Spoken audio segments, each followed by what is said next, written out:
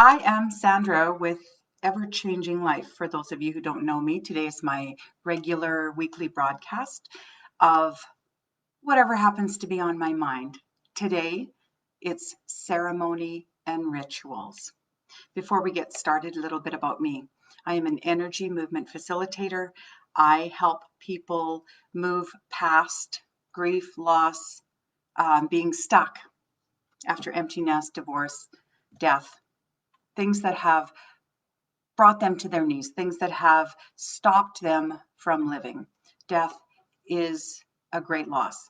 A greater loss is when life dies inside you. I try to help prevent that. I try to help bring people back to life.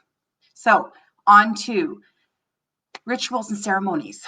We've just passed Halloween, and Halloween is the greatest ritual ever, in my opinion. Now, I'm not a big Halloween fan, not a big fan of handing out candy. Halloween itself, the dressing up, I get it though.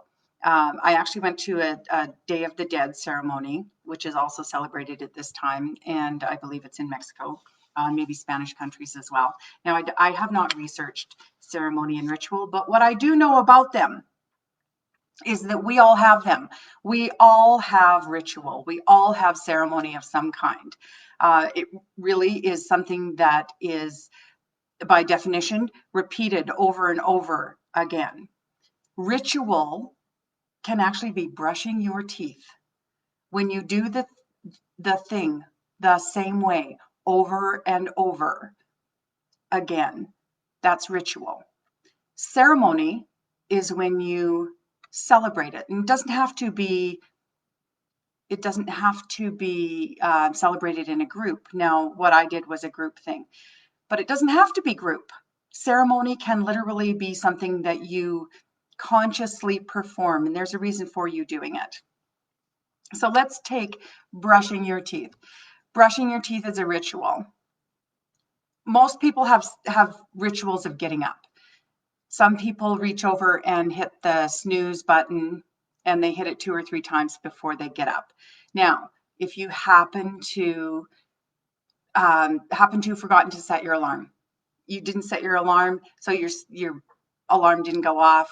You wake up, you look at the clock, and you think, "Oh my God, I'm late," and you don't get to hit the snooze button. You bolt out of bed, and you immediately stub your toe, and you feel different than you do every morning because you have missed your ritual. You head to the bathroom, you're in a rush. Now, your morning ritual is to grab your toothbrush, grab the toothpaste, put it on, but your toothpaste tube is empty. So your ritual is disturbed again. When your ritual gets disturbed, it causes a feeling inside your body like you've missed something, and that throws you off. So ritual really is the conduction of energy. Like everything in our lives, ritual and ceremony is the conduction of energy. So while we are doing these rituals, which can be making your coffee in the morning, the way you make breakfast, the fact that you stop at the same coffee shop and get coffee every morning on your way to work, when those rituals and ceremonies get disrupted, that causes an energy disruption. And I'm all about energy. So that's why I'm talking about it today. Besides the fact that I just went to ceremony on the weekend. We've had so many reasons for ceremony. The blue moon, which is a rare thing. And that means we had 2 full moons in 1 month, and having the blue moon on Halloween, and with it being Samhain. And this is also the time of Thanksgiving, depending on which country you're in. Our Thanksgiving kind of spreads out over about a 6-week period. So there's all these rituals and ceremonies happening in between this giving of thanks, this season of giving of thanks. It's kind of like the Christmas season, which is also coming up, which also have rituals and ceremony associated to it. Like the families who have a specific person place the star or the angel at the top of the tree. Maybe it's the youngest person in the family. or the families who always decorate their tree on Christmas Eve. Again, that's ritual. It is ceremony.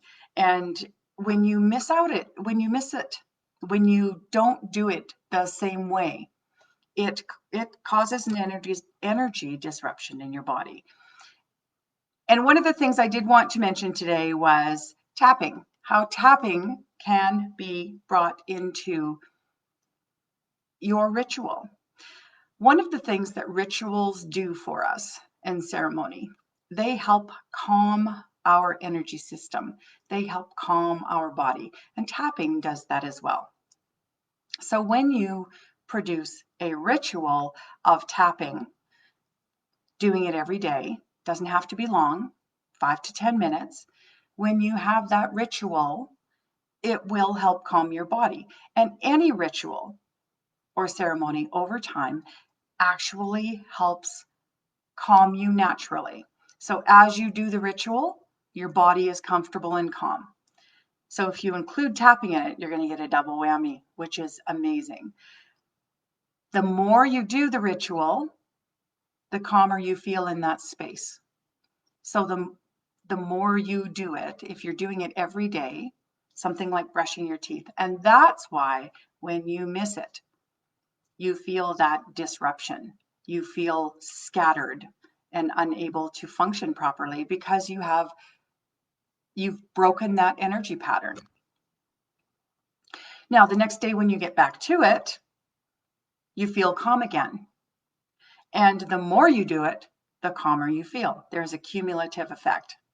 Kind of gives us comfort, which is why when we miss it, when we skip it, when it doesn't happen for whatever reason, we feel such a disruption in it. So develop a ritual. It doesn't have to be something that's ceremonial where you light candles or do a meditation. Meditation is a great ritual to have. There are lots of great rituals, but develop a ritual where your body can get comfortable being comfortable, calming down, and that will help relieve stress. So on that note, we're not going to stress you out. We're into November and it is starting to get colder. Now that might be stressing some people out. But where I am in Edmonton, it is a beautiful sunshiny day and there is still no snow on the ground because it all melted. I'm going to enjoy the fall day for what it is, and I will see you next week, 9 a.m. Mountain Standard Time. Before I go though, I did say death is a great loss. A greater loss is when life dies inside you. So take chances, tell the truth, learn to say no. Laugh until your stomach hurts. Dance even if you're bad at it. Create a ritual which will help enhance your life.